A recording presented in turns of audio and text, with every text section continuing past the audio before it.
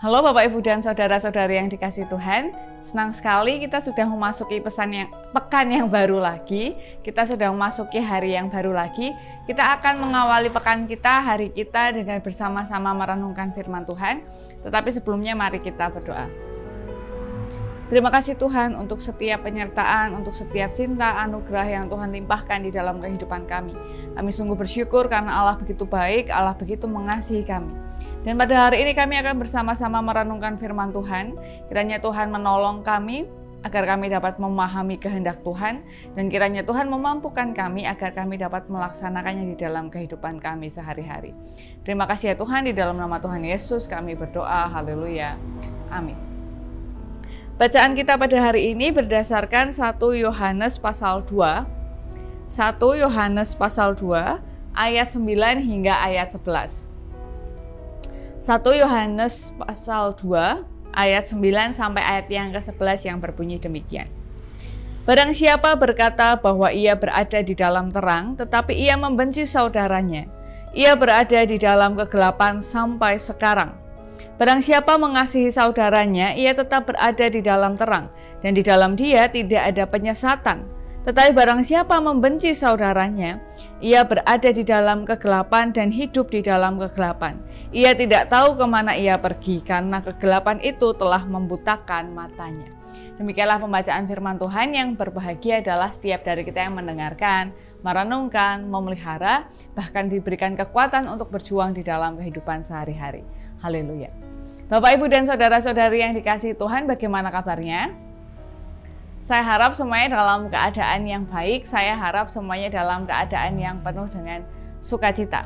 Nah, Bapak, Ibu, dan Saudara-saudari yang dikasihi Tuhan, saya membaca dalam sebuah artikel, judul artikelnya tuh Everyday Health atau apa saya lupa.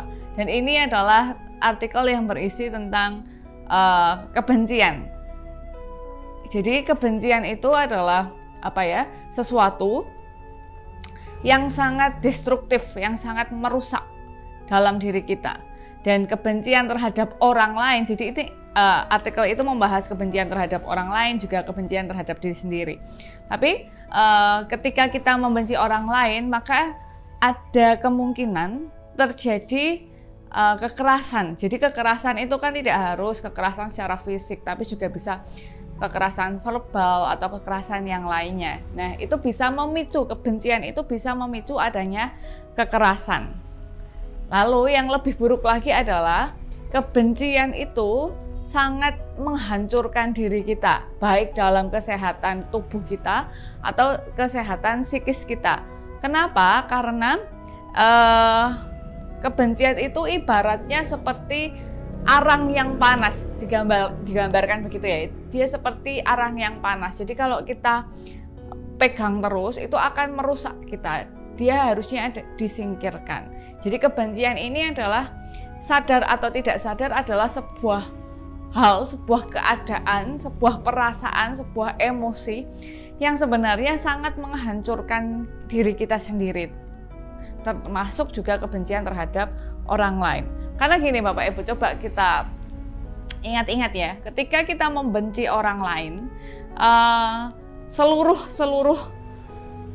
keberadaan kita ini akan fokus dengan orang yang kita benci. Contohnya begini, Bapak Ibu misalnya mau pergi ke suatu tempat, jadi kalau lurus saja itu sebenarnya sudah sampai.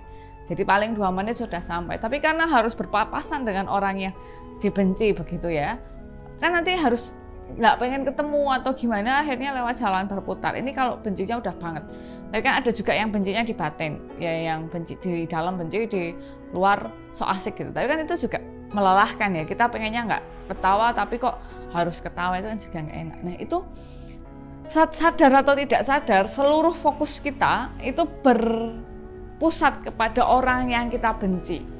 Jadi ketika kita membenci orang, sebenarnya kita sedang mengeluarkan tenaga atau energi yang besar kepada orang itu, dan seringkali kita mengambil keputusan-keputusan yang tidak logis. Jadi sebenarnya dalam keadaan yang logis, dalam keadaan yang jernih, tenang, itu kita tidak akan mengambil keputusan itu. Tetapi ketika membenci, dikuasai oleh kebencian, kita bisa kemudian menjadi orang-orang yang fokus kepada hal-hal tersebut, fokus kepada orang yang kita benci. Nah, 1 Yohanes pasal 2 tadi ini juga mengingatkan, penulis mengingatkan jemaat pada saat itu untuk tidak membenci, untuk mengasihi. Jadi ini adalah ajaran atau tata perilaku yang harus ditaati oleh orang-orang yang percaya kepada Tuhan Yesus, yang sudah menerima keselamatan dari pengorbanan Tuhan Yesus. Jadi memang karena salib itu membawa keselamatan, karena pengorbanannya itu menyelamatkan manusia, maka salah satu yang harus dilakukan manusia adalah mengasihi sesamanya, yaitu dengan tidak membenci sesamanya, termasuk saudara-saudara yang dimaksud adalah ya sesamanya, orang-orang yang dekat begitu ya. Yang dekat aja dibenci, apalagi yang jauh gitu kan. Nah, ya belum tentu juga sih kadang-kadang. Ya, tapi ini mengingatkan kepada jemaat pada saat itu supaya tidak tersesat dalam kebencian-kebencian itu. Dan sebenarnya juga waktu itu ada ketakutan ketika jemaat itu terbawa oleh aliran-aliran yang menyesatkan, tapi mereka itu berbasis Kristen. Jadi yang menyesatkan tapi Kristen gitu loh. Jadi ya Kristen yang ajarannya memang kurang tepat, termasuk tentang keberadaan Tuhan Yesus Kristus itu, kedudukan Tuhan Yesus itu. Nah, jadi memang selain supaya nggak tersesat ya menguatkan aja gitu di dalam kehidupan bersama dengan sesama, ya seharusnya saling mengasihi, tidak saling membenci. Karena memang menurut penulis, ketika membenci maka orang yang sedang membenci itu dibutakan, dia gelap mata begitu ya. Jadi dia nggak tahu mau kemana, dia nggak tahu berjalan kemana, dan dia akhirnya mengalami ketersesatan. Nah, Bapak, Ibu, dan saudara-saudari yang dikasihi Tuhan, ini adalah hal yang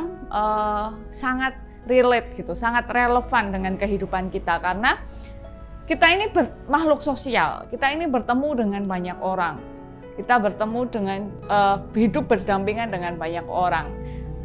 Ya, ini bisa menimbulkan hal baik. Jadi misalnya kayak gotong royong, guyup rukun, kita nggak kesepian, kita bisa saling menguatkan, saling berbagi. Tapi dampak negatifnya adalah kita semakin sering ketemu sama orang, semakin dekat sama orang, kita punya kemungkinan untuk mengalami gesekan atau kemudian membenci orang lain. Nah, pada hari ini kita diingatkan begini Bapak Ibu, kita masih dalam suasana Paskah yang kemarin minggu membahas mengenai damai. Kedamaian yang dianugerahkan oleh Tuhan kepada setiap individu yang juga dijaga, baik di dalam relasi manusia dengan Tuhan, juga di dalam persekutuannya dengan sesamanya. Nah, kedamaian yang dianugerahkan kepada Tuhan ini hendaknya dijaga dengan baik, dengan tidak mencorengnya melalui kebencian-kebencian yang kita lakukan kepada sesama kita dalam pikiran, perkataan, atau perbuatan kita. Dan ini adalah hal yang susah-susah gampang untuk dilakukan. Kenapa ya? Karena kita punya point of view, punya sudut pandang sendiri, kita punya idealisme sendiri, kita punya pola pikir, kebiasaan sendiri yang kadang-kadang bergesekan dengan orang lain. Nah, tapi mari kita belajar bersama-sama, karena saya sendiri juga bukan orang yang sempurna gitu ya. Ya pastilah ada perasaan-perasaan seperti itu, tapi mari kita belajar bersama-sama dengan berpegang seperti ini. Tuhan itu mengasihi kita dengan segala keberadaan kita. Kita ini ditebus dalam keadaan kita berdosa. Kita ini ditebus dalam keadaan kita ini melakukan kesalahan kepada Tuhan. Tuhan tidak membenci kita, tapi Tuhan mengasihi kita dan mengaruniakan kepada kita keselamatan. Nah, untuk itu harusnya kita sebagai orang-orang yang sudah menerima keselamatan ini fokus hidup di dalam keselamatan itu gitu. Karena kita yang tidak layak itu mendapat keselamatan. Nah, apakah kita yang dikasih keselamatan itu jadi punya hak untuk membenci orang lain? Ketika kita diampuni, ini kan juga pernah dibahas sama Tuhan Yesus ya. Ketika kita diampuni, apakah kita punya hak untuk menuntut orang lain? Harusnya kan kita juga mengampuni orang lain karena kita sudah diampuni. Nah, jadi Bapak, Ibu, dan saudara-saudara yang kasih Tuhan, walaupun sudah nggak puasa Paskah, walaupun ya Paskah sudah memasuki minggu kedua dan nanti akan masuk lagi ke Pentakosta dan lain-lain, walaupun hingar-bingarnya nanti pada waktunya juga nggak akan seperti kemarin ketika hari Paskah, tapi damainya, keselamatannya kiranya tetap ada di dalam hati kita, dan kasih Tuhan juga tetap ada di dalam hati kita, supaya setiap harinya kita bisa tetap mengasihi Tuhan dan mengasihi sesama dan menerima sesama. dan melepaskan ego kita untuk membenci orang lain. Mari kita berdoa. Kami sungguh bersyukur untuk kasih yang Tuhan anugerahkan kepada kami. Dan kiranya Tuhan memampukan kami juga agar kami dapat mengasihi, agar kami dapat meneladani kasih yang Tuhan sudah berikan kepada kami. Dan kiranya Tuhan menolong kami, membukakan mata kami, membantu kami untuk melepaskan segala kebencian yang ada dalam pikiran kami.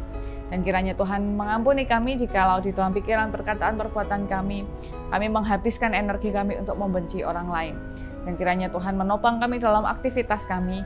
Tuhan juga menopang bangsa negara ini yang baru-baru ini mengalami bencana alam. Kiranya Tuhan memampukan kami untuk menolong saudara-saudara kami, baik yang di NTT maupun di mana saja yang sedang mengalami bencana alam. Terima kasih ya Tuhan, kiranya Tuhan memampukan kami untuk terus mengasihi. Di dalam nama Tuhan Yesus kami berdoa, haleluya, amin. Ya Bapak Ibu, demikian yang dapat saya sampaikan, kiranya dapat menjadi hal yang baik bagi kita semua. Tetap jaga kesehatan, tetap taati protokol kesehatan. Sampai jumpa di pertemuan berikutnya. Tetap semangat, selamat mengawali pekan. Tuhan Yesus memberkati. Sampai jumpa.